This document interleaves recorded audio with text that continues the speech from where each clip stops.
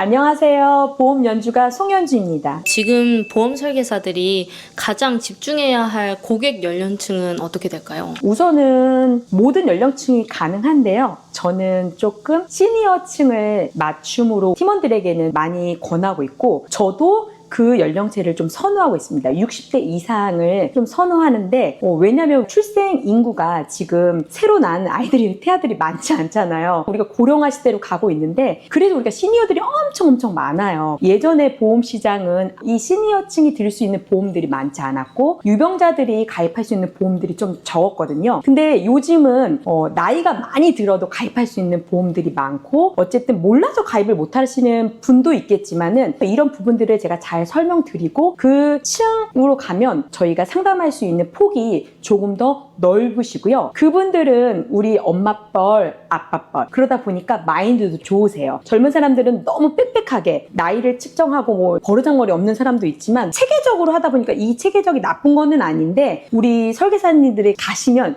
조금 더 어려운 부분들이 있지만 시니어층은 아무래도 좀 유하시고요. 자녀 같다는 마인드로 우리를 예쁘게 좀 봐주시는 게 있어요. 그래서 저는 조금 더 좋다고 생각합니다. 정답은 없어요. 자기한테 맞는 층을 따지고 어떤 DB를 쓰는 게 가장 중요한데, 그래도 저는 우리가 편안하게 가서 영업을 하실 수 있다고 생각합니다. 시니어 고객분들의 가장 핵심 니즈 같은 게 있을까요? 우리가 예전에는 환갑잔치라는 걸 많이 했잖아요. 근데 요즘에는 환갑잔치 거의 안 해요. 70대, 80대 가도 요즘에는 모여서 식사 정도만 하고 끝나잖아요. 왜냐면 옛날에는 무병장수 하자고 그랬는데 요즘에는 유병장수 하자는 그런 시대잖아요.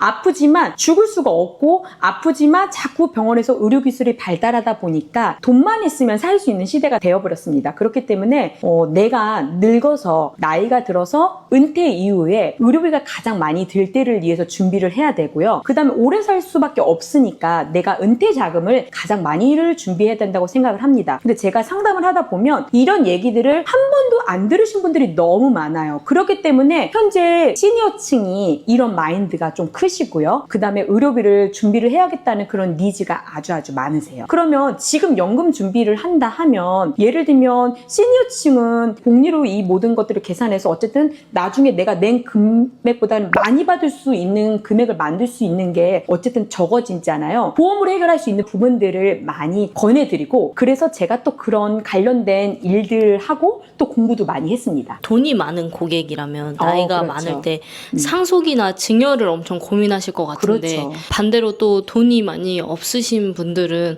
또 엄청 외롭거나 고독사 이런 사건들이 좀 많잖아요. 이렇게 많아요. 양극된 상황에서는 어떤 걸 또 준비해야 할까요? 은퇴가 많이 준비된 사람들과 너무 많아서 걱정인 거고, 여기는 너무 없어서 걱정인 거잖아요. 두 분 다 준비할 수 있는 보험들이 많아요. 근데 이 부분들을 어떻게 준비를 하느냐는 어떤 설계사를 어떻게 만나느냐에 따라서 다르거든요. 세금이 많이 나가는 것들을 되게 걱정들을 많이 하시잖아요. 그런 부분들을 해결할 수 있는, 종신보험으로 절세할 수 있는 방법들이 또 있어요. 보험은 정답이 없기 때문에 어떤 설계사한테 어떻게 맡겨주느냐에 따라서 다르다고 생각을 합니다. 그럼 또 반대로 은퇴 준비가 잘 안 되신 분들은 당연히 모아둔 돈이 없기 때문에 세금을 절세할 수 있는 방법보다는 내가 노후가 됐을 때 어떤 보장을 받아야 되는지, 이 보장이 안 되면 어떤 부분들을 준비해서 내가 낸 보험료가 많이 낸 것보다 내가 더 많이 받아야 된다고 저는 생각을 하거든요. 그런 부분들을 준비해야 되는데, 소고기가 단백질이잖아요. 근데 단백질 중에는 소고기도 있고 달걀도 있고 우유도 있어요. 그럼 이 중에 가장 가성비가 있는 식품은 달걀이잖아요. 보험도 똑같다고 생각합니다. 예를 들면 소고기처럼 비싼데 좋은 단백질이 당연히 있어요. 근데 이건 비싸니까 누구나 좋은 걸 알고 있지만, 달걀 같은 담보들, 가성비가 좋은 담보를 저는 가입을 해야 된다고 생각을 하거든요. 그럼 이런 부분들을 모든 설계사가 다 아는 건 아니잖아요. 그래서 전문가한테 의뢰를 하고 그 다음에 모든 것들을 다 맞춰서 가입을 해야 된다고 생각합니다. 보험에 관련된 것들은 어쨌든 우리 일반 고객님들보다는 설계사들이 조금이라도 더 많이 알고 있어요. 그러니까 어느 누구를 만나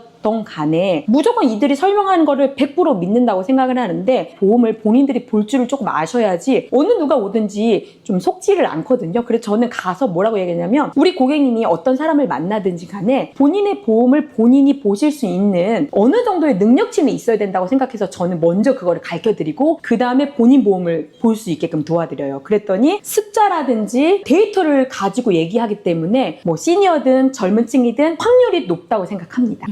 기억에 남는 시니어 사례가 있으신가요? 네, 있어요. 유튜브에도 댓글 달아주셨는데 어떤 분이시냐면 65세 이상이 넘으셨어요. 근데 이분이 보험료가 한 70에서 80만 원 정도 내고 계셨어요. 그럼 이 나이에 보험료가 절대 적지 않아요. 근데 이걸 누구한테 가입하셨냐면 자기 가족, 사촌한테 가입을 하셨어요. 처음에는 제가 DB로 이 사람을 만나드렸는데 자기 바꿀 수 있다 이렇게 하셨는데 두 번째 또 전화가 오셨어요. 가족이 설마 나한테 이런 보험을 가입을 시켰을까? 이렇게 생각이 드셨던 거예요. 그래서 제가 숫자로 데이터로 나타내 드려서 이 보험보다 더 좋은 보험을 말씀을 드렸어요. 예를 들면 저는 우리 고객님들한테 다른 설계사를 절대 까지 않아요. 어떻게 표현을 하냐면 서울대 의사선생님과 지방의 의사선생님들을 비교를 해요. 당연히 서울대 의사선생님이 더욱더 퀄리티가 높으잖아요. 그래서 이분이 최선을 다했는데 어찌됐든 그 노하우라든지 아는 지식면이라든지 이게 부족하다. 근데 그분이 열심히 했는데 이 서울대 선생님이랑 지방대 선생님이랑 다른 것처럼 설계사의 위치와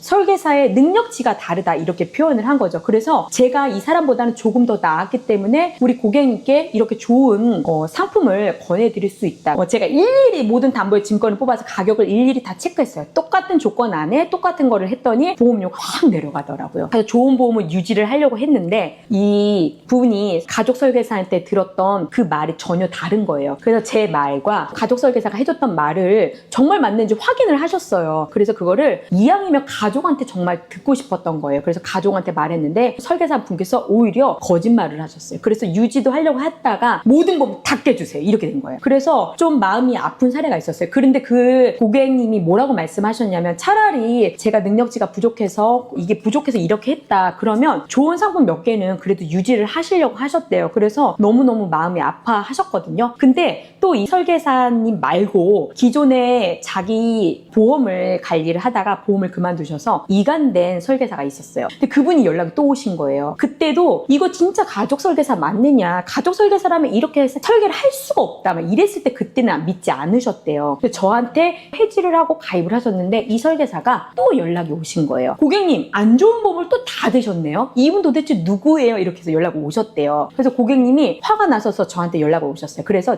저는 우리 고객님께 어떤 설계사가 전화가 오면 다 연락처랑 저한테 달라고 하거든요. 그래서 전화를 드려요. 근데 제가 그 설계사님께 뭐라고 했냐면 우리 고객님이 이미 한번 가족 설계사한테 마음이 다치셨는데 제 거를 상품을 지금 정확하게 비교하시고 얘기하신 거냐, 저보다 좋은 보험을 갖고 오신다고 하시면 저는 두 손 두 발 다 들고 그렇게 가입하라고 말씀드릴 건데 진짜 그렇게 하셨냐 얘기를 하셨어요. 근데 그분은 한 군데 회사만 하는 원수사에 계신 분이었어요. 그럼 당연히 좋은 상품 하나 정도는 있을 수 있는데 점검도 제대로 하지 않은, 제가 오늘 가입했다고 하면 다음 날이었어요. 그러면 이게 전산에 모든 게 반영이 되지가 않았어요. 그러니까 너무 섣부르게 말씀을 하신 거죠. 이 보험업계에도 상도덕이라는 게 있다. 근데 제가 진짜 잘 가입을 안 했으면 제가 얼마든지 할 수 있는데 그거는 옳지 않은 방법이다. 그렇게 하셔서 영업을 하시면 많은 고객님들이 있지 않을 것 같다는 말을 했어요. 그랬더니 그다음부터 우리 고객님한테 문자 보냈어요. 다시는 저한테 연락하지 마시라고 하시면서 이 보험도 이간에 가시라고 했어요. 근데 우리가 이미 이간을 하려고 했는데 원수에 있는 보험을 가져올 수가 없어서 못 가져온 거였거든요. 전 무조건 데이터로 다 따져서 계산을 하는데 어찌됐던 낸 게 거의 다 끝나시니까 이건 유지를 해라 해서 이렇게 가져가시는 건데 이왕이면 본인들도 실력을 늘리시고 공부 열심히 하고 해서 고객을 상대를 했으면 좋겠는데 왜 아무런 데이터도 없이 이렇게 고객들한테 얘기를 해서 고객들이 마음에 상처도 있고, 설계사인 저도 그렇고 저 같은 설계사는 또 없겠죠. 누가 그 설계사한테 전화해서 얘기를 하겠습니까? 그렇게 했더니 우리 고객님 저한테 신뢰가 어마어마하세요. 그래서 이 고객님이 진짜 바쁘신데도 전화를 가끔씩 오셔서 진짜 이 고객님이 맛있는 밥도 맨날 사주시고 이 고객님이 선물도 많이 해주시고 저 진짜 감사하죠. 오늘은 우리 보험 설계사가 어떤 사람들한테 가는 게 가장 좋을지에 대해서 제가 간단하게 얘기를 했고, 또 그들한테 갔을 때는 어떻게 상담을 도와드리면 좋을지 이렇게 작은 꿀팁을 드렸는데요. 더 많은 것들이 많으나 제가 좀 축소해서 굵고 짧게 말씀을 드렸습니다. 이상 보험 연주가 송연주였습니다. 감사합니다.